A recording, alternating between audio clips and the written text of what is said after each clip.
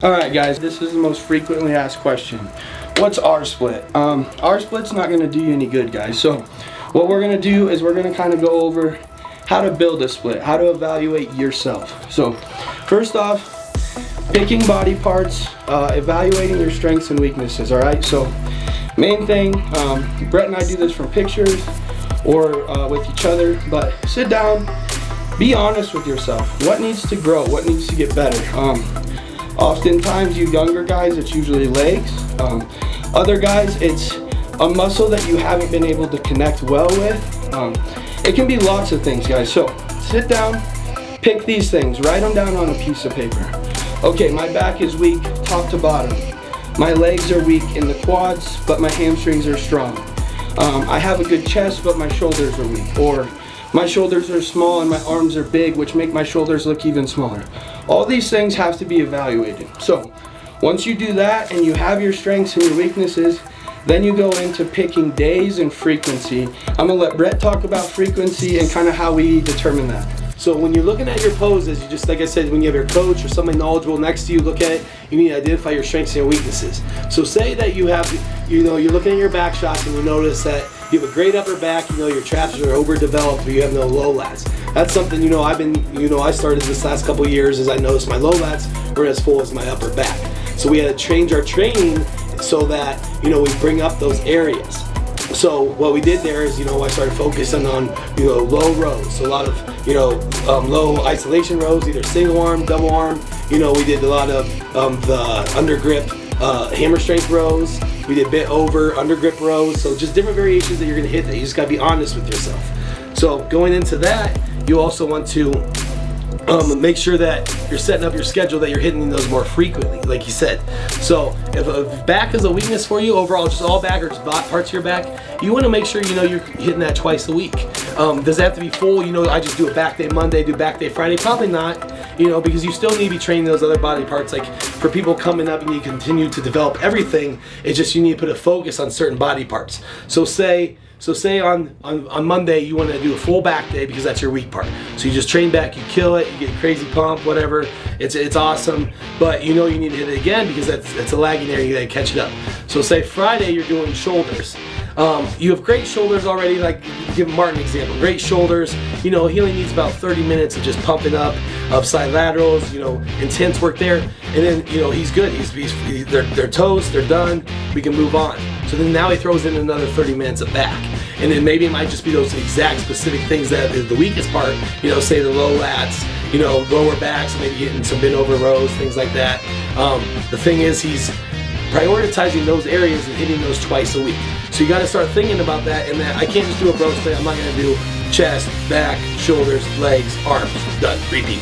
You can't always do that. If you want to get better, the body reacts to new variations, new stimulants. So you need to create some kind of stimulant to create growth.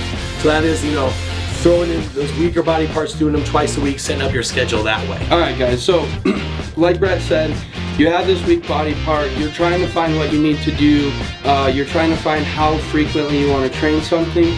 The main thing you're going to look at, guys, is movements. You're going to find the movements that you are going to use to bring up those body parts. Now, my weak part is my chest. So going into that, I know that my chest overall isn't that weak, but my upper chest is weak. So Brett and I are hitting a push session, we're hitting the full pecs, all of it. And then, like today, like I showed you, after I pumped my shoulders up, Brett continued to train shoulders, and I hit upper chest to continue to progress that. So as you pick these movements, guys, you really have to sit down and think about what are the hard things. What's going to build the most muscle? That's probably going to be the compound movements. It's going to be the movements that you can control and you can feel the best in that muscle. Like Brett and I always preach, you have to go to mechanical failure in the muscle, not overall failure. You're gonna cheat, you're gonna use other muscles in every movement, it doesn't matter. So really find the movements that you can lock into, use the muscle specifically, and then run with those. And if you need it twice a week, run it twice a week. There's nothing wrong with deadlifting twice a week or something like that.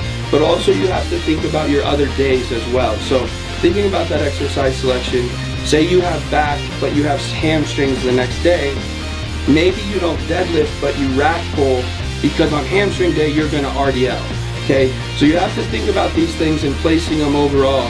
And this is something that Brett and I sit down and every week we evaluate. Okay, you know, maybe we did this last week and it wasn't that beneficial because we deadlifted and then we went into that RDL and we were so fatigued from the RDL that it did nothing for us, and we ended up cheating or using too much back or too much glute or something like that. So you also have to keep that in consideration with the exercise selection, is how are you going to be able to continue to progress and make that movement hard every single week and get better from it. So yeah, touching on exercise selection just a little bit more, that was perfect, honestly. Main thing is that we've covered this many times already. What works for you is going to be totally different than what works for somebody else. So don't just be, I think a lot of people are using way too much, like, yeah, what we're doing is showing you great exercise and everything, but these are just ideas for you to try and see if they work for you. There is no, you know, this is not set in stone. Like, you can't just, like, people look at what Phil Heath does, you know, maybe from old videos, and they'll watch and they're like, I'm gonna do what Phil Heath does because look at him. What Phil Heath does is not gonna work for you like it does for him. Guarantee. There's way more factors that go into what those guys, you know, those guys at the top, what they do now compared to when they were coming up that we didn't see. So you got to think like that. Now you can't just do stuff that you see these top dogs doing. You got to get down to the nitty gritty and the basics first, and then develop from there. So also with that, we are going to talk about the growth, recovery. We're going to go into some the rest days. So I know we're talking about, hey, you need to hit your weekly body parts twice a week. You're like, how am I going to do that? How am I going to fit it all in? You know, don't overthink the rest component. You know, we train usually 5, maybe 6 days a week, but we count arm day as 1 day, and that's not, we don't count it as like a full day, we almost count it as a little bit of recovery.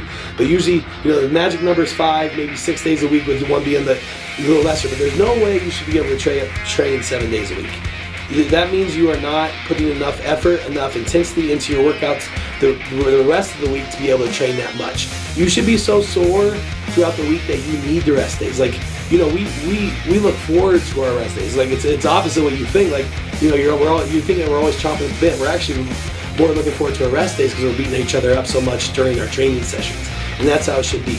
So the perfect number, I mean, like, especially off season, we think is 5 training days, 2 rest days split up.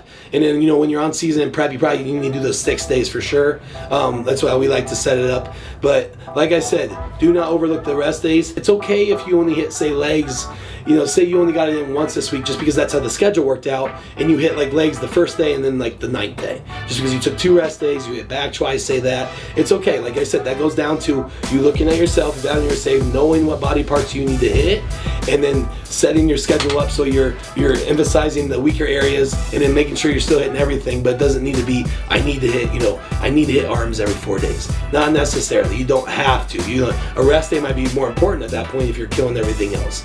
So like I said, it comes down to setting yourself up with the schedule that you need to be most successful, and then don't overthink the rest days. You have to have those in, and then making sure you're just executing every session.